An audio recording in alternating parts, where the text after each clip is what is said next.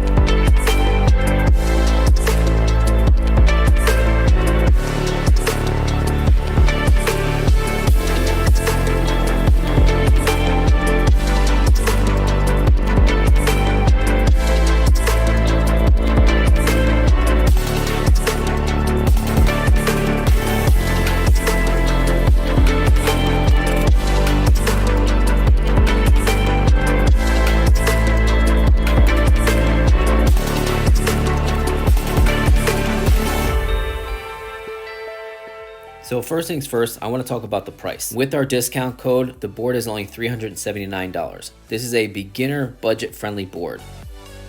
Now let's talk about the deck. Like I mentioned before, I do like the deck's design. It's not crazy bold, and yet it's subtle and unique. The concave is very, very good. Just like your average boosted style board, it has good concave, so you know where your feet are planted, whether you're doing higher speeds or you're carving. The deck has some flex to it, not a whole lot, but it's definitely there. You want a little bit of flex to help absorb bad roads, especially when you're a beginner. But too much flex would be bad for a beginner rider because they might get flown off.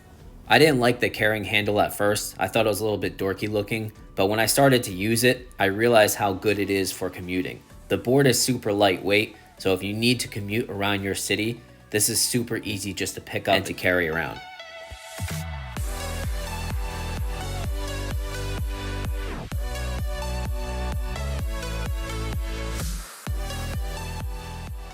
Now let's talk about the wheels. Nothing really fancy here, just some generic 90mm wheels. But keep in mind, this is a hub drive. When you have a hub drive, you have excellent free roll. That means you can kick push in case you run out of battery, or you can kick push to preserve battery. The grip was perfectly fine on standard concrete. I had no issues carving, never broke traction. Then switching over to sidewalk/cracks, do you feel it? Of course you do. Is it uncomfortable? That's really up to you. To me, skating isn't really about being comfortable. I just simply don't let it bother me, and I just keep having a blast. No matter what, you're gonna feel imperfections in the road, so I never let cracks bother me. but the board took it just fine over sidewalks. Now what's also good about having hub drive, when you go up and down these curbs, it won't scratch up your motor mounts like a belt drive does. It'll simply roll right over all of them. With a belt drive, you'll damage your motor mounts, your belt covers, and your bash guards. These reverse Kingpin trucks have a perfect portion of stability and carb both at the same time.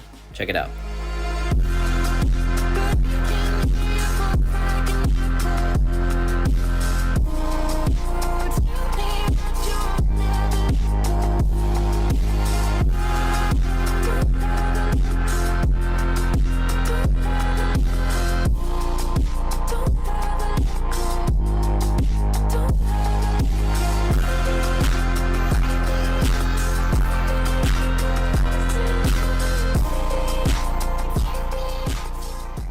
Okay, here we go. Acceleration test in pro mode. Full battery. And go. Alright, 1, 2, 3, go.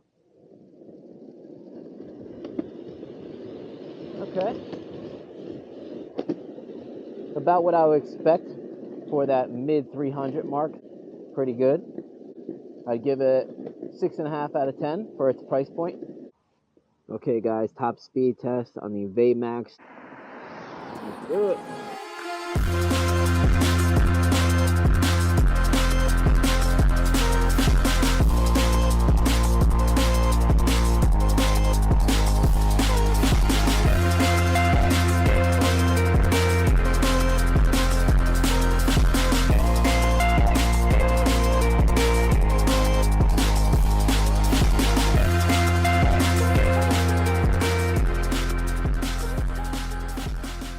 Let's check the rider app. 27.5 up a slight hill. So I would think around 28 miles per hour on a flat ground is perfectly doable. Alright, let's hit the brakes at 15 miles per hour. 1, 2, 3, brake. Oh, very good brakes. Good. As for range, I'm a 155-pound rider, and the temperature was very cold outside. It was about 36 degrees Fahrenheit. I reached 11 miles with the new VEYMAX CEJOUR. So I think if you're riding in warmer climate and you carve a lot less than me, and you don't need to ride in the highest mode the entire time, you could definitely get 13 plus miles of range with the board.